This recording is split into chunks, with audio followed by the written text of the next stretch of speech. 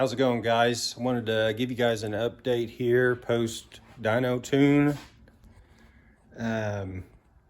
Before I forget, be sure to like, dislike, leave a comment. You know, I don't really care.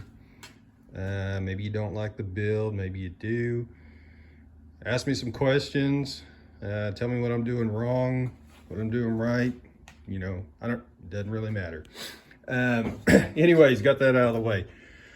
So we went to the dyno, and fairly good experience. You know, the truck made pretty good power. It's about where I was wanting it to be. It's definitely got more left in it.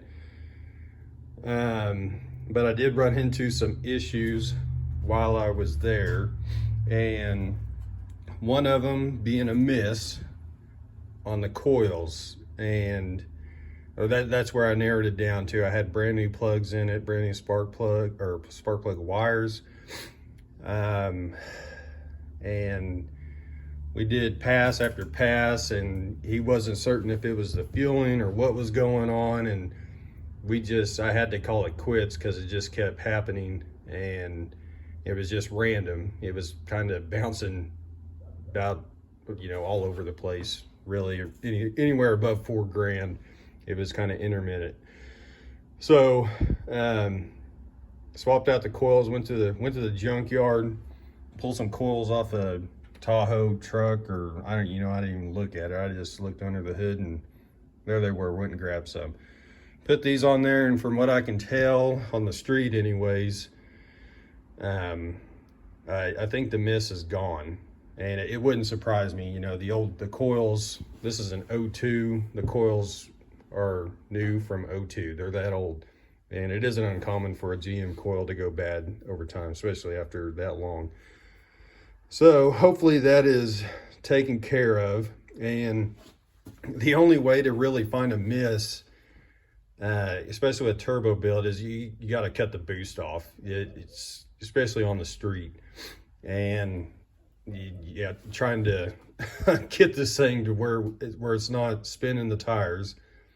And if you're making boost with any amount of power, you're just spinning the tires, and you're whipping up to $6,000 in, you know, a millisecond. So got it home, got the coils on, took the gate apart, pulled all the springs out of it, and that way that thing was plumb open.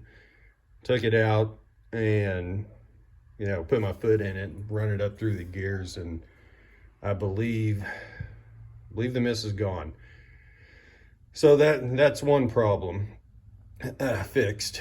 The other problem was I was having trouble maintaining boost. I couldn't keep. I was making too much boost.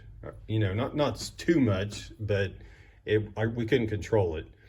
And, you know, I'm running originally, or it's still there, is down, barely see it. Yep, there's where the wastegate is, where my original spot, and that is a 44 millimeter wastegate. And I don't think you could pick a better alignment to catch exhaust pressure. I mean, it is directly in line.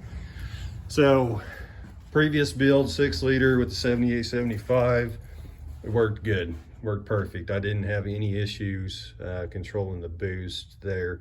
But during the test run with the coils, with the springs out of that 44, with that thing pushed open, this thing was still making 10 pounds of boost. So clearly this setup is overpowering a 44 millimeter wastegate. And, you know, maybe some people claim that that's good enough, big enough to control boost. You know, I mean, wastegates aren't there to make power. It's to prevent you from making power. So, and you got to control it. And if I want to make 10 pounds, that's what I want to make. I don't want to be making 15, 18, and 20. You got to relieve some of that pressure. So 44 is still down there. I'll probably just leave it there.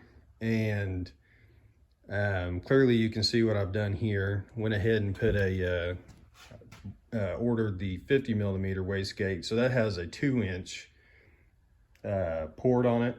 44s have 1.5 inches. And I really didn't want to cut that one off because I wanted to keep it just in case if the 50 isn't big enough, I can go ahead and, you know, put the same spring rates in both of them and run 2 gates, or I can put the full amount of springs in that one, which I think I can get, oh, hell, I could probably, yeah, I just start stacking springs. All I need that gate to do is to have more spring in it to hold shut, more so than what this 50 millimeter is. And if that doesn't work, then I'll just take the gate off and plug the hole and go that route, given that the 50 millimeter gate is able to control the boost. And I think right there, about like anyone else, or not anyone else, some people probably frown on doing that, but it's right there's where the pressure's at.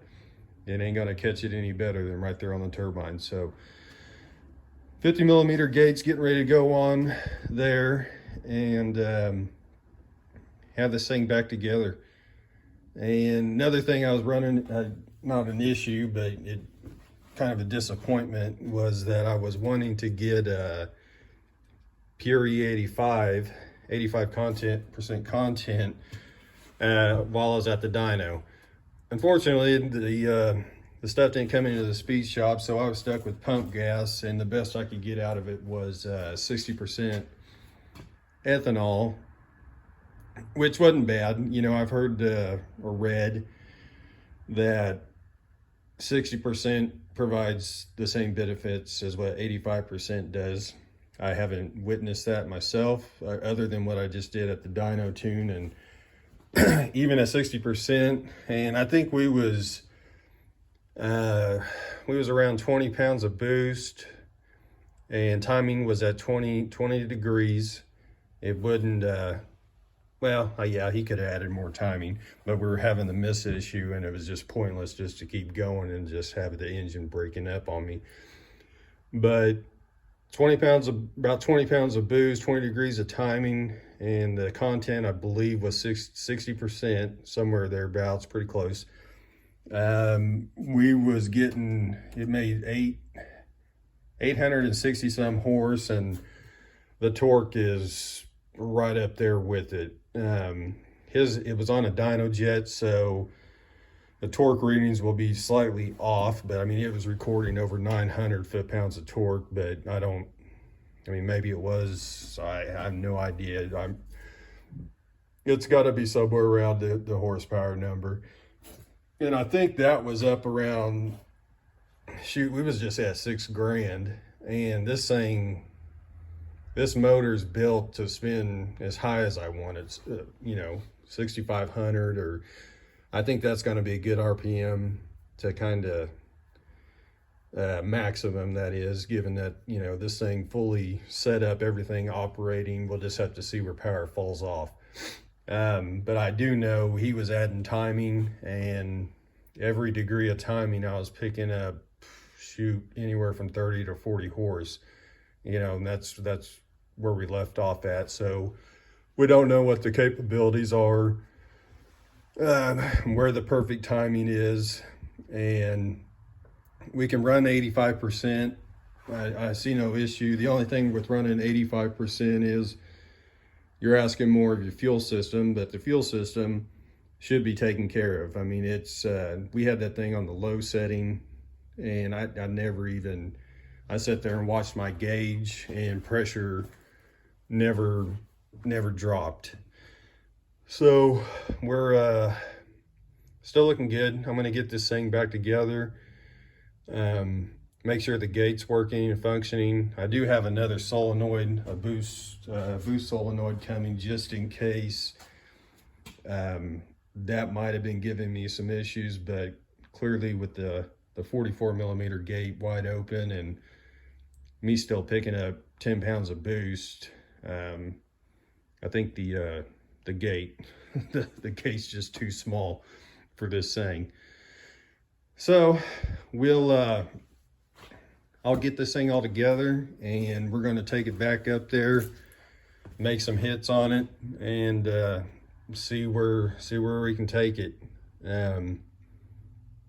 Yeah, 860 horse on the street is plumb nuts. You going you be doing 90 mile an hour and put your foot in it, and you're still spinning tires. So that's insane. Another thing,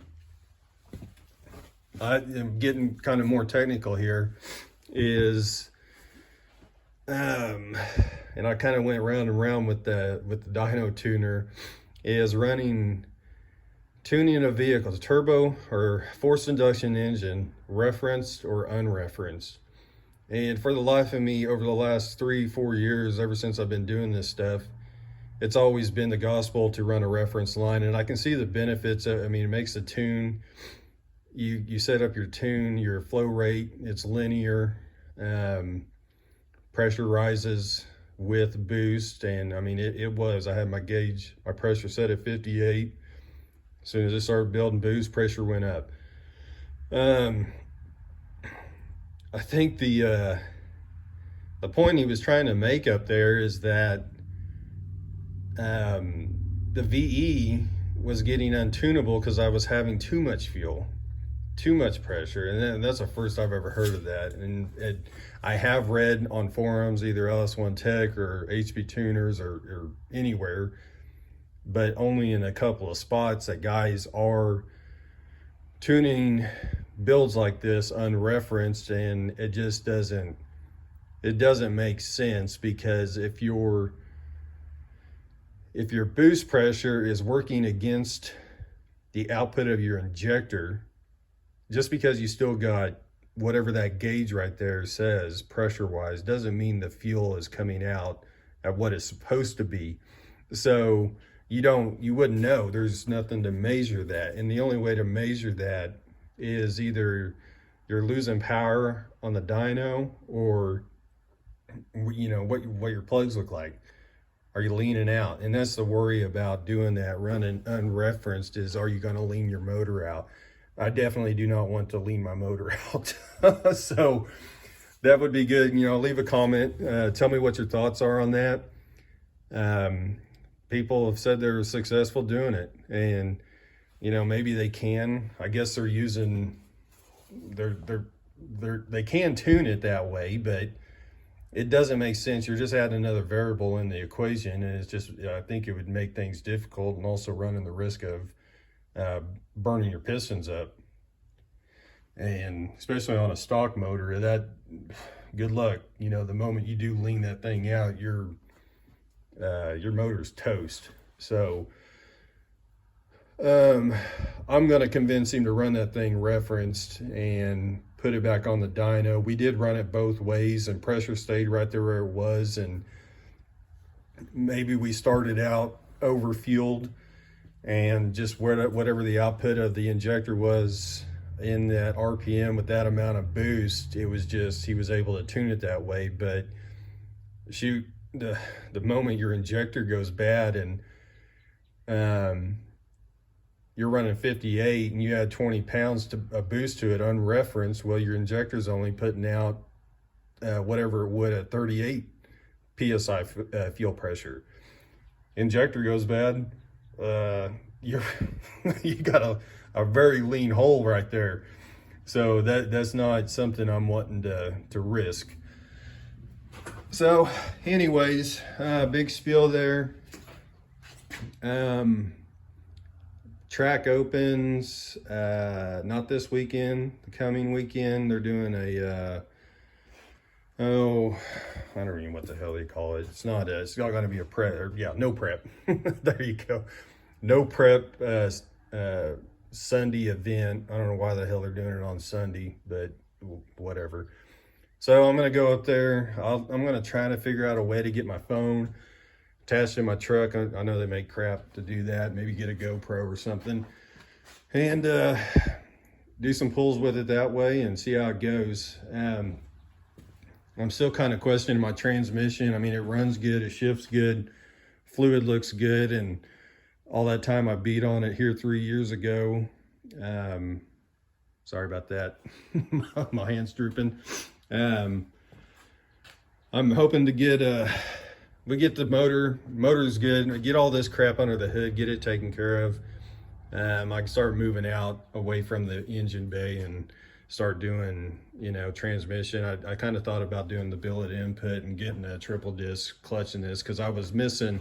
He did say that in you know, third gear 1-to-1 ratio, I was missing out on like somewhere close to 1,000 RPMs. So, you know, that's a lot of power to be missing out on. So I mean, I know this thing, especially with a lockup converter, we'll definitely see over 1,000 tire. The motor's already doing that. I mean, clearly, if it hit 863 with a torque converter that's slipping that much, and we was picking up power, we definitely hit 1,000 horse on the engine setup. So anyways, I'm gonna stop rambling here. I'm gonna get this get the gate on, get my downpipe back in, and probably run some vacuum lines and all that crap. Be done here in a little bit. So anyway, stay tuned, guys. Thanks for watching. Subscribe, and we'll see you later.